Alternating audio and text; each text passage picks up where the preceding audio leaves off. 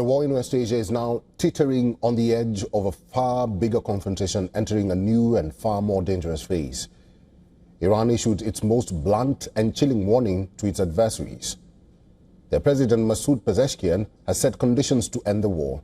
Taking to social media platform X, Pezeshkian says that the only way to end this war is by recognizing Iran's legitimate rights, payment of reparations, and firm international guarantees against any future aggression. In the same post, the president reaffirmed Iran's commitment to peace in the region. French President Emmanuel Macron says that Iran's military capabilities have been weakened but not reduced to zero in the US and Israeli strikes.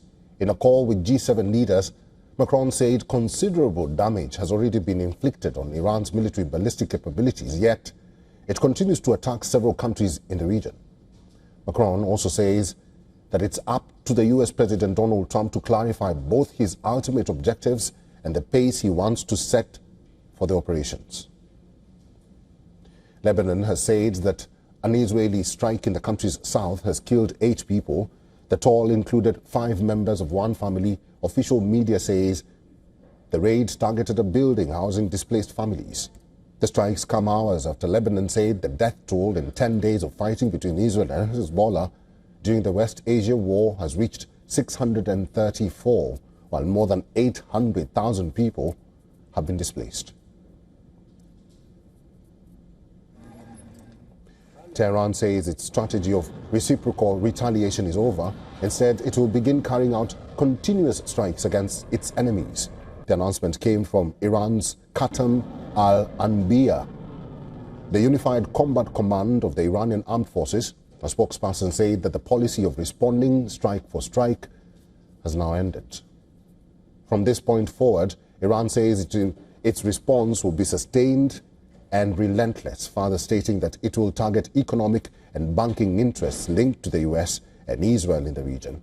In the immediate aftermath, all HSBC branches were shut in Qatar until further notice, while Citigroup evacuated employees in Dubai. The threat also led to bank stocks sliding in the region. The warning comes as Israeli and American attacks continue their strikes across Iran. Israel is also making it clear that its campaign will not stop anytime soon.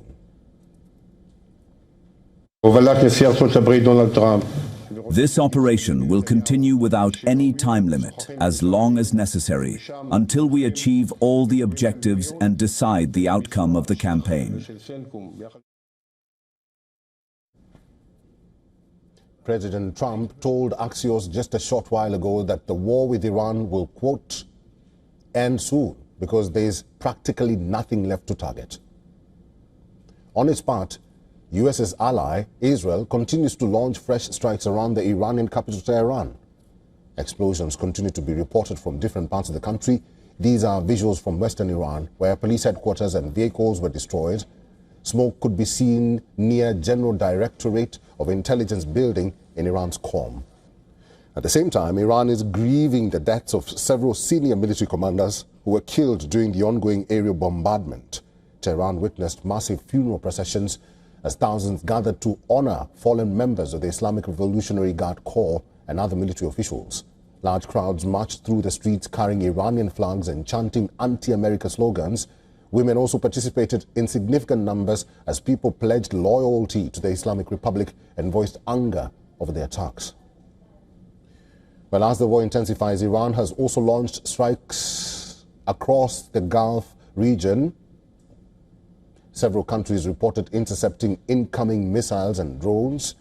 Kuwait said it shot down multiple drones targeting the country.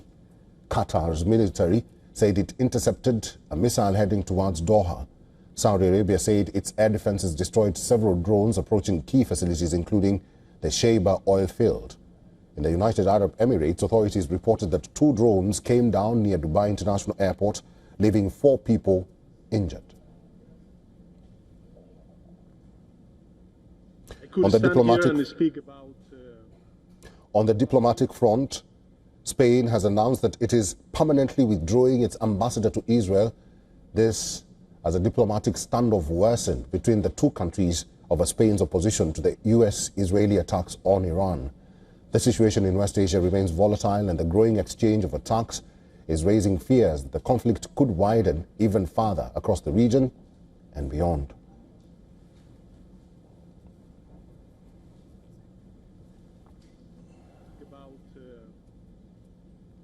Let's now talk to Dr. Charles Kupchan. He's a senior fellow at the Council on Foreign Relations. He's now joining us live from Washington, D.C. Dr. Kupchan, it's good to see you. Let's start by analyzing some of these speeches and statements being made by President Donald Trump. He just said a while ago that the war in Iran is an excursion. Let's begin from there. What does it mean by that?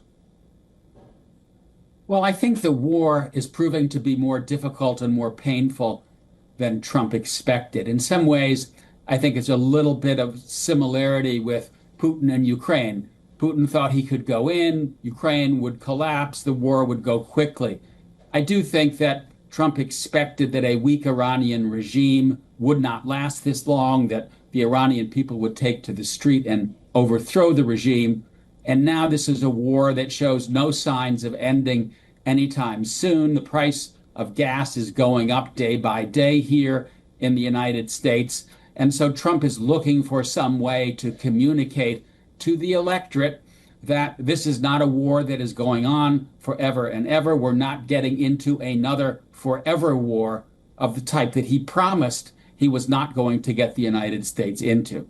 Dr. Kupchan, let's talk about the setbacks and the fault lines of this war. And I will mention the attack on the girls' school. And now the report says that the United States did indeed use tomahawks on that school that killed 175 students, including children. How is the United States going to deal with that repercussion? Because the president says, I will deal with it. Well, I think the latest information that we have is that the Pentagon was operating off of older targeting information. And that school used to be part of a military base that is located right next door to the school. And so if it in fact turns out, as appears to be the case, that the school was hit by a tomahawk, it appears to have been a tragic mistake based upon an old targeting map. It's a grievous loss of life. We're hearing 175 people were killed, most of them children, and the Trump administration will simply have to take responsibility for this, even though it does appear it was an honest mistake using old information. Dr. Kupchan, Iran says that they will stop their reciprocal attacks, that is on Gulf countries, but they say their targeted strikes will continue. And now there's another fear that Iran may be targeting some events in the United States. If that happens, what will be the repercussions for Iran and what will be the repercussions for Donald Trump? Well, I do think that Iran's ability to retaliate is decreasing day by day. We're hearing that drone strikes and ballistic missile strikes against targets outside Iran have decreased by some 90%. And that decrease will continue because the Israelis and the Americans are continuing to hit missile launchers, drones, drone factories, command and control. So Iran will diminish in its ability to retaliate, but that doesn't mean that we can stop them. They can build drones very quickly. Drones are cheap. Drones are easy to make. There has been talk that Iran has what are called sleeper cells in the United States, in European countries. These are individuals that they could activate to carry out acts of violence here in the U.S., other Western countries. Were that to be the case, were that to happen, I think you would see a dramatic escalation in the use of American military force. And in that respect, it could be a bit of a backfire, Iran overreaching and inviting even a harsher military response. Dr. Kupchan, finally and very quickly, this is the statement that was posted by Iranian President Masoud Pezeshkian just a while ago. He says that the only way to end war is recognizing Iran's legitimate rights, payment of reparations, and firm international guarantees against future aggression. Your reaction? Well, I think that's an unrealistic statement as how this war will end. I think regime change is a bridge too far. It's unlikely to happen. The Iranian government is too strong with deep roots. I do think that it is possible, however, that we will see an Islamic Republic 2.0 with a more moderate government, or that a hardline government remains in place, but that it has lost much of its military capability. Those strike me as the two likely outcomes. We'll have to see how this plays out in the coming days and weeks. All right, Dr. Kupchan, I think there are so many questions when it comes to the war objectives and the plan by President Trump. You've had these statements being made left, right, center from across the globe that Donald Trump and Israel did not have a plan for Iran. Is that so? And if that is the reason why the war is still going on, what will be the end of it, or what will be the end game? You know, I think the Israelis did have an objective in mind, and that was regime change. They really did go in there with the goal of toppling the Islamic Republic. I think Trump didn't know exactly where he was going to head once this war started, and he's taking it day by day. And we know that because on different times of the day, he offers different explanations. He offered different objectives. One day he says the regime must go, the people must rise up, unconditional surrender. The next day he says it's the Venezuela model, which means you decapitate the regime and work with those who are left. I think right now Israel and the United States are feeling their way forward. I think the military campaign is in some ways the easy part. The difficult part, and we don't yet know what this will look like, is what is the political outcome on the ground in Iran? What kind of regime is left standing? I think if they go for regime change, it's too risky. It could easily turn into a civil war, a replay of Iraq, Afghanistan, other countries that turned into failed states. Dr. Kupchan, there's also another flashpoint, and that is Lebanon, and what we've seen and how Israel has continuously attacked Lebanon because they want to dismantle Hezbollah.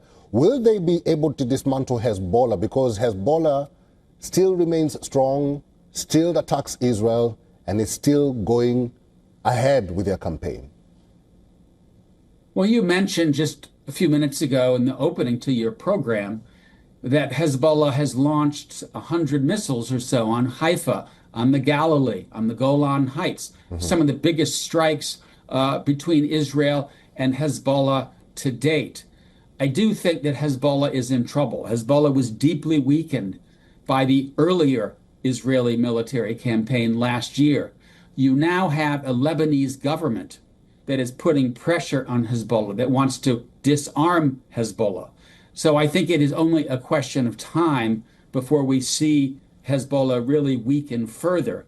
And there is a prospect, when the dust settles, when all of this violence ends, of a very different Middle Eastern landscape, because Hamas and Hezbollah will be down. Syria has a new government that wants to work with the United States and ultimately with Israel. Iran's government could be dramatically weakened. We don't know if that's the more positive outcome that we're going to get, but there is at least a chance that we're headed in a positive direction. Dr. Charles Kupchan, it's good to see you. Thank you very much for all your insights and for talking to us today. Pleasure to be with you. Good night.